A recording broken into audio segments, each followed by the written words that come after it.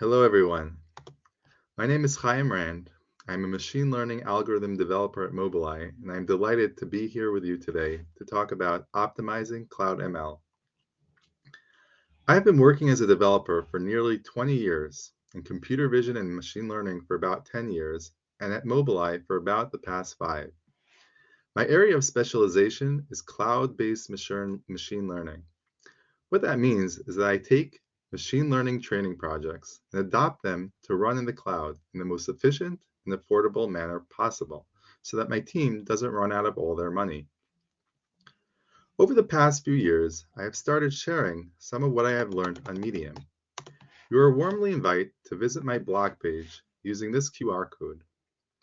A lot of what we cover here today is based on the blogs that I have posted, and I will include quite a number of pointers to them throughout the talk.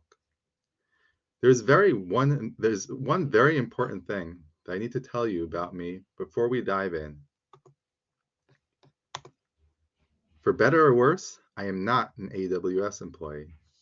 This means that I am not here to promote anything, and the content I will share is my own. I am just an ordinary dude with a story to tell. Here are some of the topics I will cover today. First, we will discuss some of the motivations for training in the cloud. We will then demonstrate how simple it is to train in the cloud. Then we will demonstrate how hard it can be to train in the cloud. We will then get into the most important part of what I wanted to discuss, the extreme importance of measuring the performance of your cloud-based training jobs. We will demonstrate some common performance bottlenecks and how to identify them, and review some optimization techniques. By the end of the session, I hope you will be convinced of the enormous opportunity that cloud-based ML offers, and I hope you will be convinced of how important it is to include performance profiling in the development process of all of your deep learning projects. Naturally, we will only be able to scratch the surface of many topics. There is a lot more to learn. As I mentioned before, many of the topics are covered in my blog posts, and I think they are a good place to start. So let's start with the why. Often, I will hear from people who are training on a local, dusty old GPU, but Chaim, it works. Why mess with it? So there are a lot of reasons why. Here are the ones that speak to me the most. First, accessibility.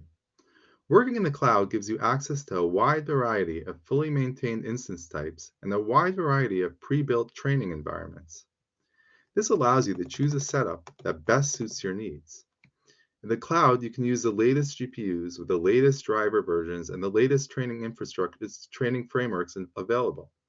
You can use small GPUs or big GPUs, instances with a single GPU or multiple GPUs, specialized instances such as Trainium and Gaudi, and more and more.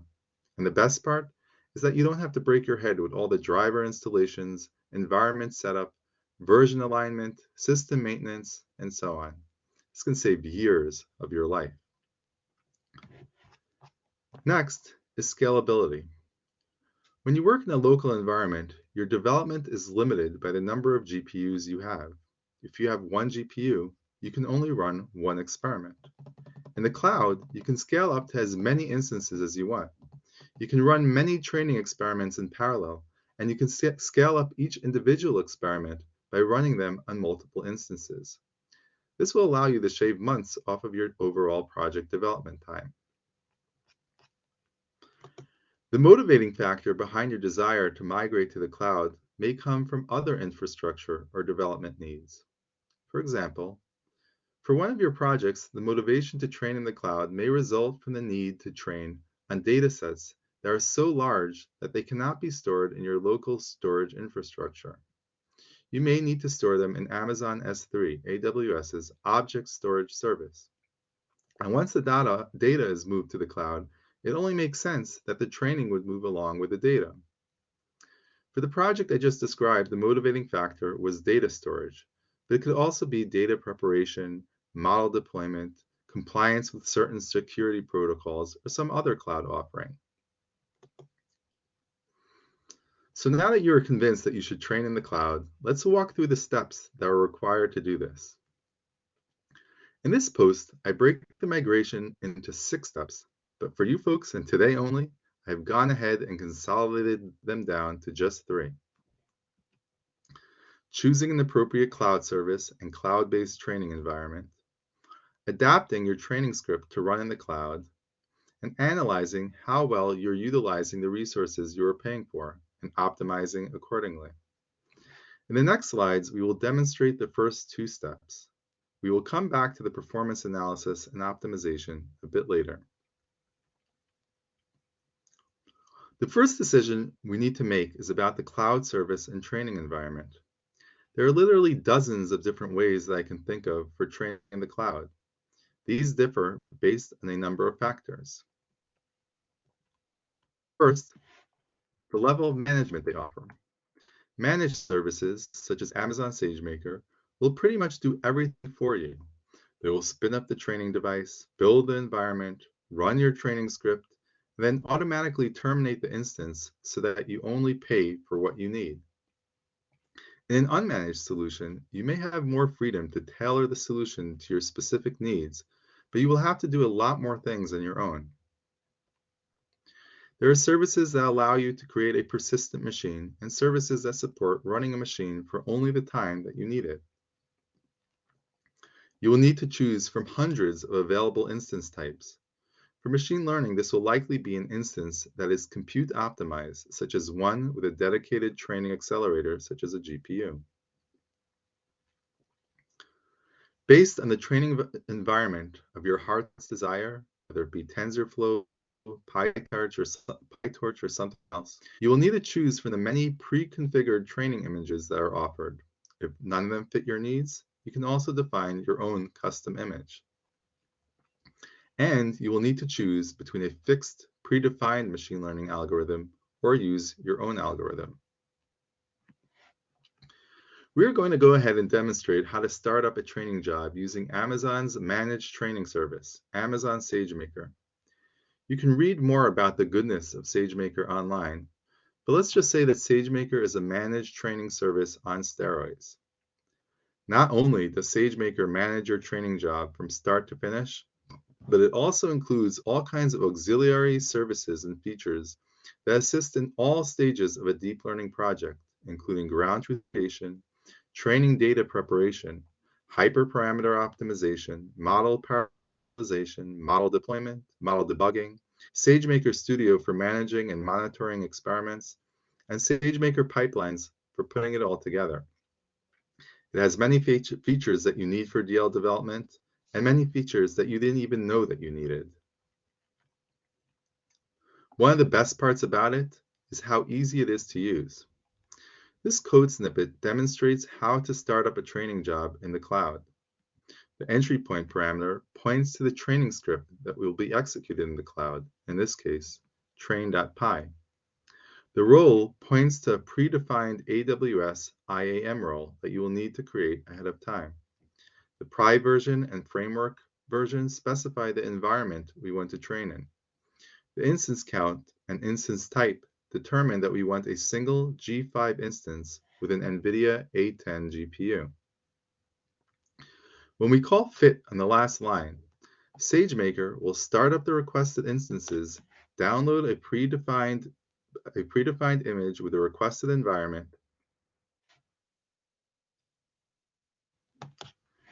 run the train.py training script, and then tear everything down when the script is done. Couldn't be easier, right? So let's go ahead and call fit. And voila! If you open the Jobs tab on the SageMaker dashboard, you will see a new job and you will feel really good about yourself. If you click on the job, you will get all the information about the job, including the training progress and how much it is costing you, and then you might feel a little less good about yourself. So congratulations, you have just started your first training job. But I regret to inform you that if you have not made the appropriate adaptations to your script, then you will have completely wasted your time. Can anybody tell me why? Let's look over this simplified training script adapted from one of the basic PyTorch tutorials. As in a typical DNN script, we have the dataset definition. Here we are downloading the public SciFar 10 dataset. We build a model on line 9. We have defined a loss function. We have defined a training optimizer. We then iterate over the batches and apply the training step to each one. And when we are done, we save the resultant model weights to local disk. I repeat, we save our model to local disk. We exit the script, and our instance is terminated. If we leave our script as is, we will not have any record of our final model. We will have essentially trained for nothing. To fix this, we are going to change the script to save the final model to persistent object storage, Amazon S3. There are a few ways to do this. The simplest way is to store the checkpoint to a SageMaker-defined path, the SageMaker modeled here, that is automatically uploaded to S3 before the job is terminated. So that was one example of an adaptation to the training script that is required. Another example has to do with the training data source. In our simple example, we are using a very small data set. But oftentimes, we may use data sets that are much larger, on the order of hundreds of gigabytes, dozens of terabytes, or more. In such cases, you could end up spending a good half hour just downloading your data set before even starting to train, a very expensive half hour. Now multiply that half hour by all of the experiments of all of your deep learning projects. I think you would agree that this is not a very good solution. This might be the first challenge you face when training in the cloud, how to train on big data. There are a few parts to this challenge. Firstly, as we just discussed, how do we minimize the time until we start training? Assuming that we do not download the entire data set, how do we ensure the same level of random sampling? As you know, training flows require that the input data be shuffled. When all the data is stored locally, we can do this quite easily. But if we do not want to download all the data, then how do we make sure that we don't lose this randomness? More generally, how do we support arbitrary access to specific data samples? I like to demonstrate this issue with a problem I made up called the pink car problem. These drawings are courtesy of one of my daughters. Suppose you are training a vehicle detection model, a model that will identify vehicles in a road scene. And suppose you find that your model performs great, except that it keeps missing the pink cars. You are not surprised because pink cars are pretty uncommon, and as a result, your training set has very few samples of pink cars. A common way to fix this would be to collect all the pink cars in your dataset and force feed them to your model until it learns to recognize them. But once again, if we don't have the entire dataset on local disk, how do we collect just the samples with the pink cars? There are a number of ways to address these problems, and I have covered several techniques in some of my posts. We can store the large dataset in S3 and stream it into the training loop as it is needed. One of the ways to do this is using the Boto3 Python package. SageMaker includes built-in support for several objects, including pipe mode, in which data is streamed using Linux pipes. Fast file mode, my personal favorite, in which an S3 path is mounted onto a local path on the training instance, enabling you to access your data as if it were on an ordinary file system. And FSX, which allows you to mirror the data in a persistent file system that can be accessed by all of your training experiments. Each of the options have pros and cons, and the best one is very much dependent on the use case at hand. Keep in mind that your choice may have implications on how you store your data in S3. For example, when downloading from S3, you generally don't want to work with files that are particularly large or particularly small. You'll want to group your samples into files that are around 100 megabytes. You may also want to implement a shuffling solution during the data preparation stage so that the data that you stream during training is already pre-shuffled.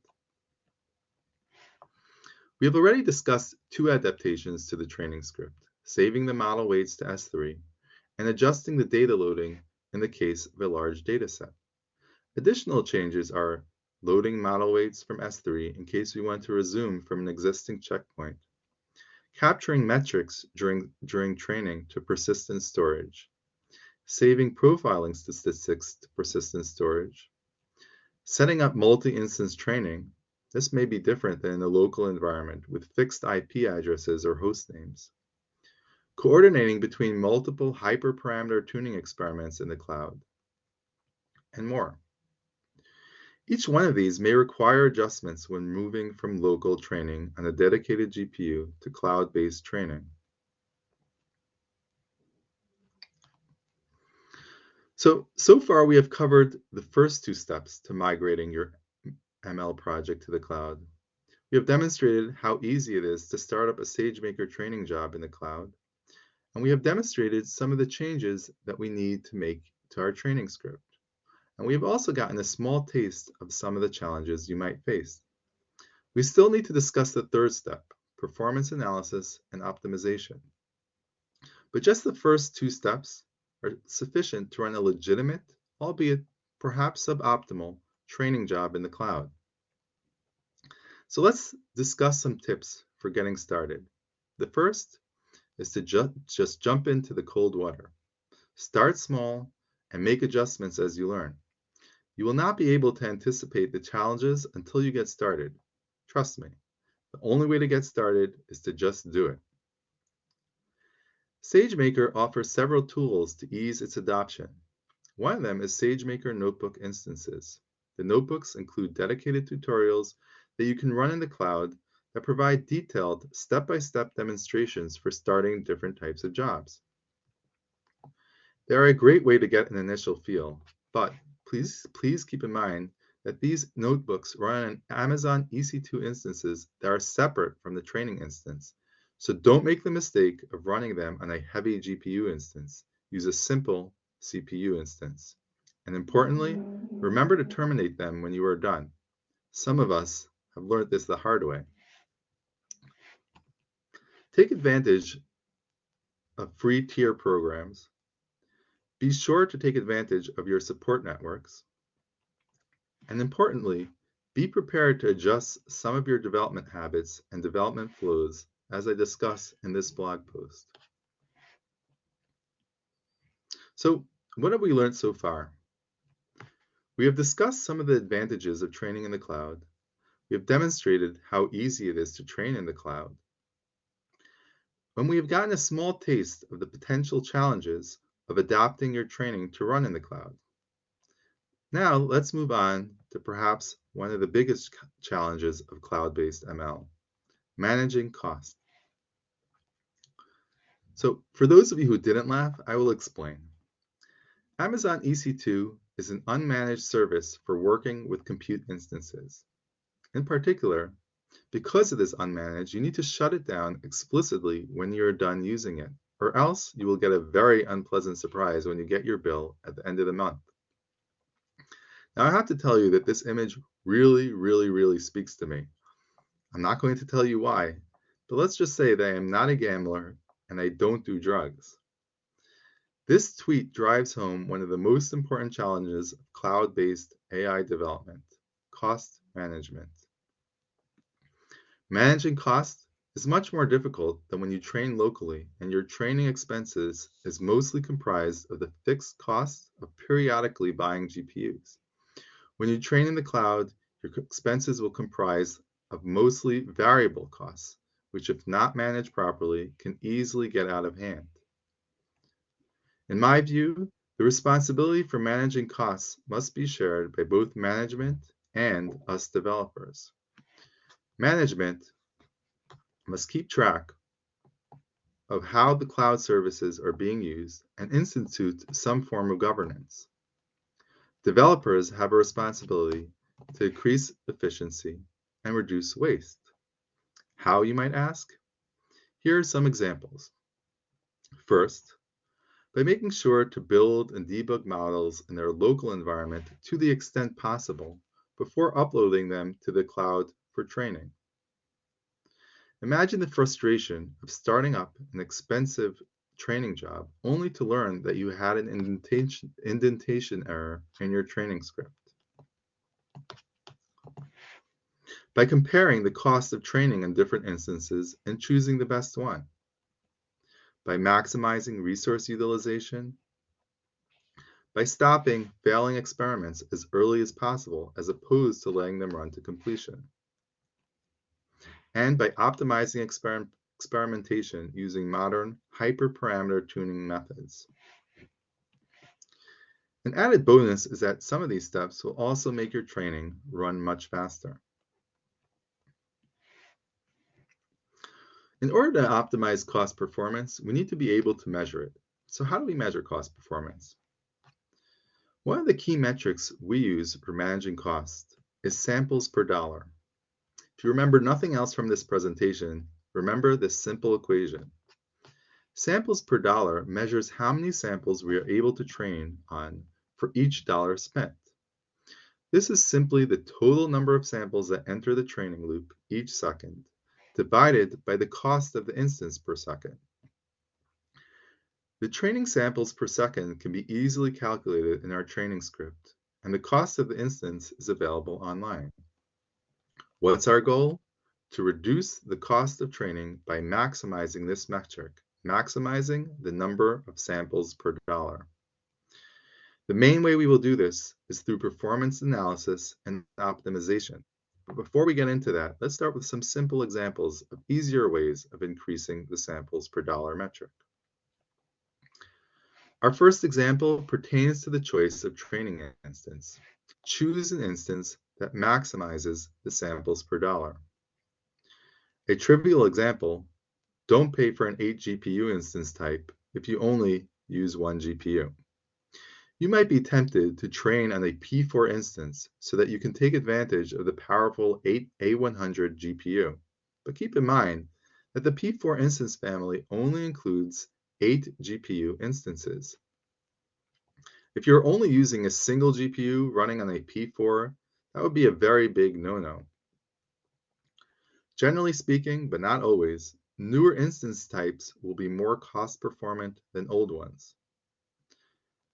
For some common models, instances based on dedicated AI chips, such as AWS Trainium, will be more cost performant than a GPU instance.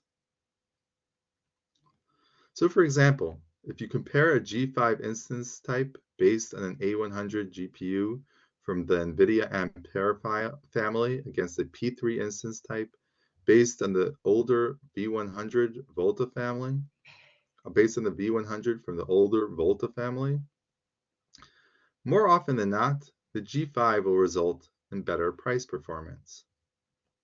And if you have a model that is supported by Trainium and you need to choose between a TRN1 instance and a P4D GPU instance type, you will likely get better price performance with the Trainium. A second way to increase the samples per dollar metric is to use spot instances. AWS offers steep discounts on unused capacity called spot instances. The trade-off, these instances will be taken with little to no warning. This is a very appealing way of reducing costs, and we rely on it quite often. To use spot instances, you need to adapt your training script to be fault tolerant. In particular, you should periodically save your model state so that if your job is interrupted, you don't have to start from scratch. SageMaker includes support for spot instances, meaning that interrupted instances will be resumed automatically. Of course, you may not want to risk interruption on some mission-critical projects, so you may want to consider a mix of regular, on-demand, and spot instance types.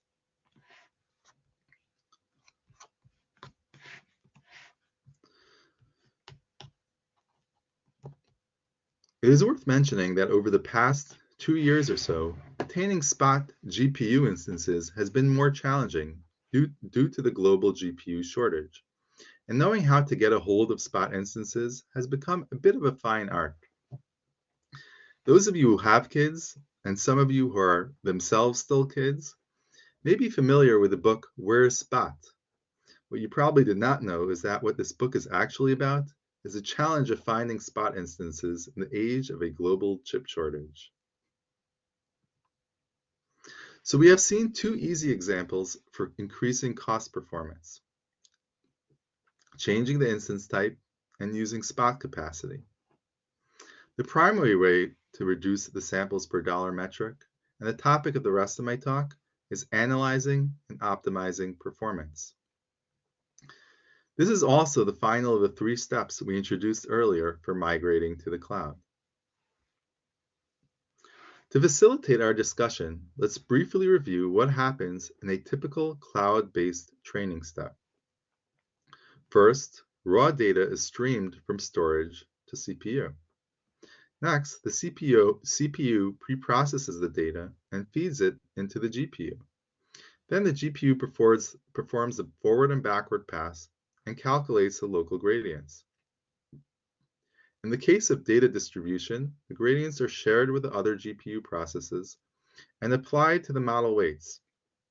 Periodically, data is passed back to the CPU, is optionally post-processed, and sent back to storage. There are a lot of moving pieces here, each one of which can be the source of a potential bottleneck that could cause instance resources to remain idle while they wait for input data.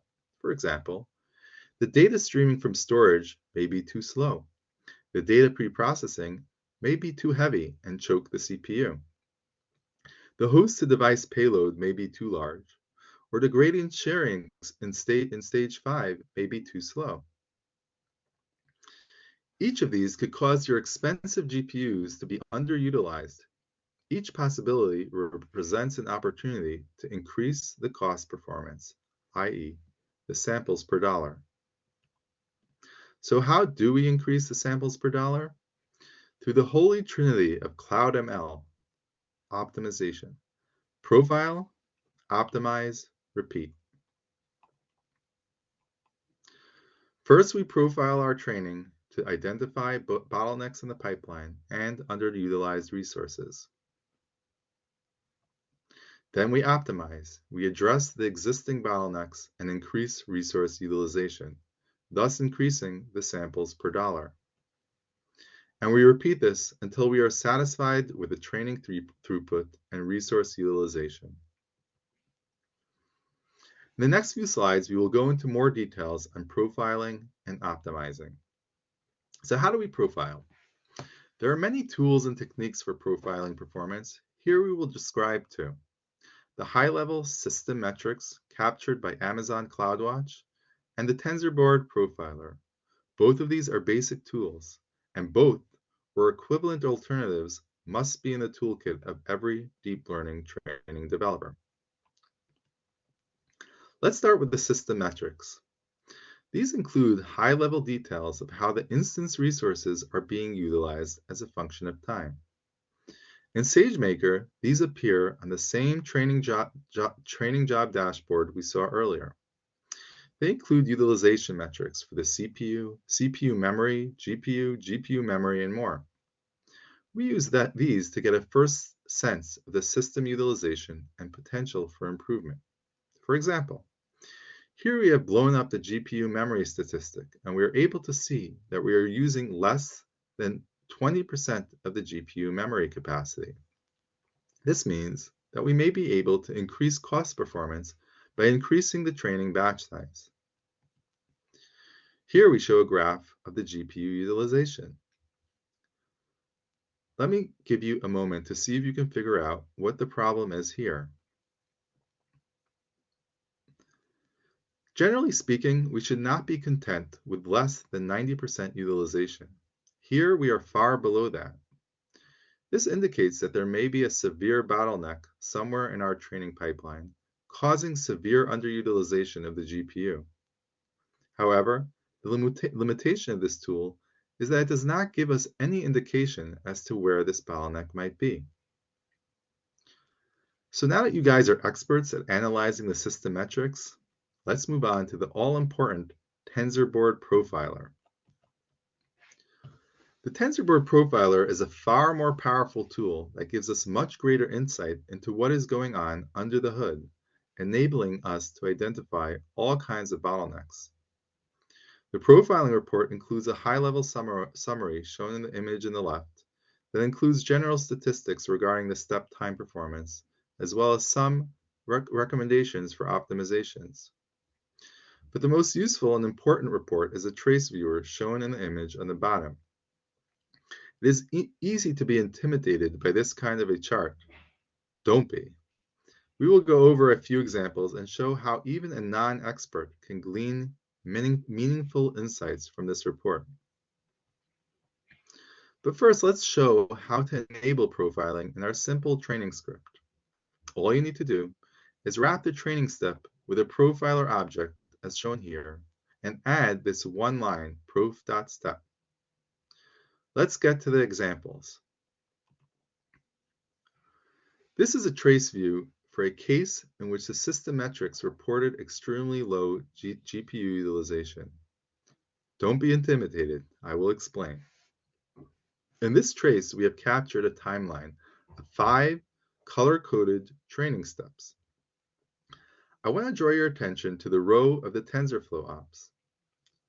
The colored portions indicate resource activity. The white background indicates inactivity. Now I will ask you, what is wrong with what we see? We can see that for each step, the GPU is idle for long periods of time and only active during the last portion of the step. This usually indicates that the GPU is waiting for data to train on. This is usually a sign of CPU contention, perhaps a bottleneck on the input data pipeline. Not so scary now, right? Let's see another example. Here is another graph that we see quite often. Once again, the system metrics reported low GPU utilization, around 70%. Here we have zoomed in on a single training step. We can see that the GPU is active almost from the beginning of the train step, so the issue here is not a bottleneck on the input pipeline. In this case, the idle time is actually dispersed within the training step. It is a bit hard to tell, but you can see it better at the tail end. What's happening here is that some of the operations of the forward and backward paths that we expect to be running on the GPU are actually being offloaded onto the CPU. We have inadvertently included operations that are not supported by the GPU. An extremely unfortunate feature of many frameworks is that these operations will silently fall back to run on the CPU. These context switches add a lot of overhead and can slow down the training considerably, and very often they can be fixed quite easily if only we knew what to look for. I now draw your attention to the highlighted rows on the top, capturing the H2D, host to device, and D2H, device to host, memory transfers. We can see that a lot of that data is being passed back and forth between the GPU and CPU, not something we want to see. This kind of pattern is often an indication of CPU offloading, as we just discussed. So now you guys are experts at profiling with system metrics and with TensorBoard, and we can move on to the next step, optimization. Over the next few slides, I will briefly go over some tips for optimizing different portions of your pipeline. Unfortunately, we will not have the time to dive into each optimization tip, but I hope that I will at the very least leave some impression in your memory for future reference. And you can always refer back to this blog post that includes most of these tips. We will follow the same diagram we saw earlier to see how each stage of the training step can be optimized, starting with our first step, streaming data from S3. There are a number of factors that contribute to our ingestion speed. We could potentially increase our cost performance by tuning any one of them. The network in capacity of the instance. Different instances support different network bandwidths. You might find that a different instance with higher bandwidth is better for you.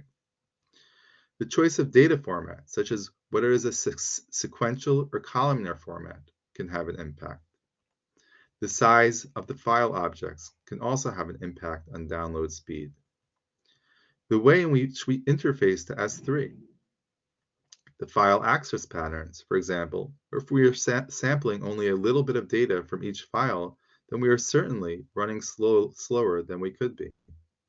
And the size of each training sample. Reducing the size of each data sample will reduce the size of the data set and accelerate the speed of ingestion. The second phase is pre-processing data on the CPU. This is a very common source of performance issues. The most important thing to do is to use prefetching and multiple processes to increase parallelization. In particular, we want the CPU to be working in parallel to the GPU. Since this is so important, let's show how to verify that this is enabled in PyTorch.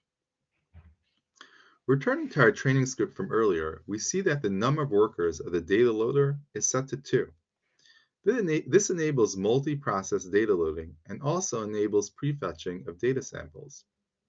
Unfortunately, the default setting of num workers is 0, effectively disabling this parallelization. This is a common pitfall that you should try to avoid. So what else can you do? You can improve the load balancing between the CPU and GPU by moving some of the pre-processing to the GPU. You can offload data processing to auxiliary CPUs. That means running part of the pre-processing on separate CPU instances. This is now supported by SageMaker. And you can use dedicated libraries to accelerate CPU computation. After pre-processing is complete, we transfer the data to GPU memory. For this step, we want to keep the data load to a minimum. We can use the data payload to a minimum. We can use lower precision types and postpone decompressing compressed data to the GPU.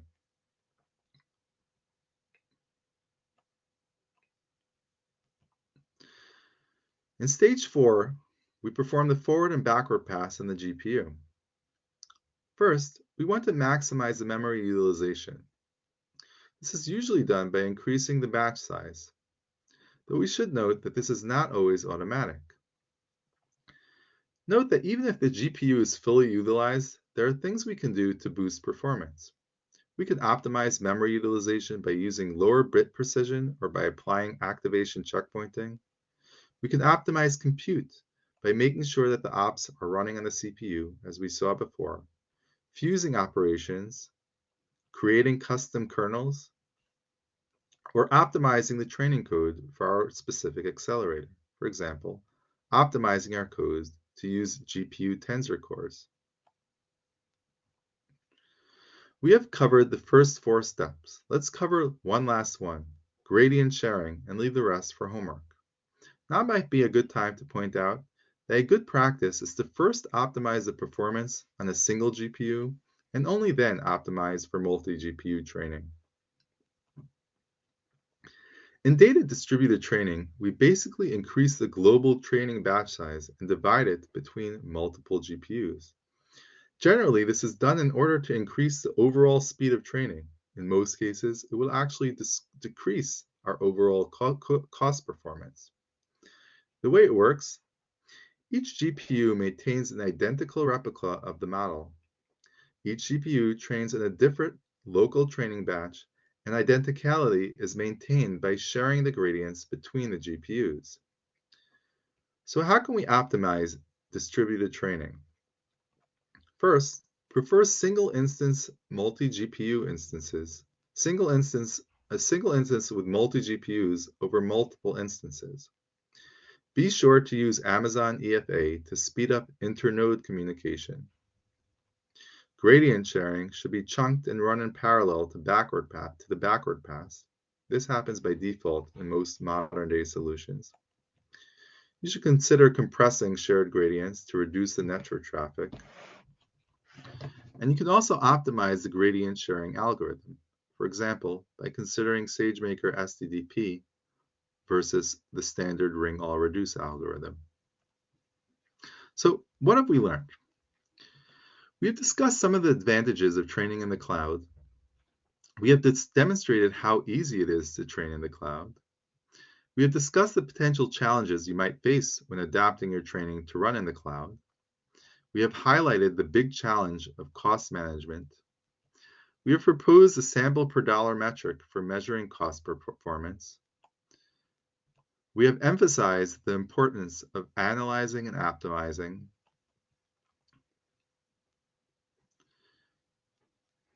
We have reviewed some essential profiling tools and gone over a few optimization tips. In conclusion, cloud computing enables unprecedented opportunity for innovation and creativity. Many of the advances in AI that you have heard about lately have been enabled by cloud computing.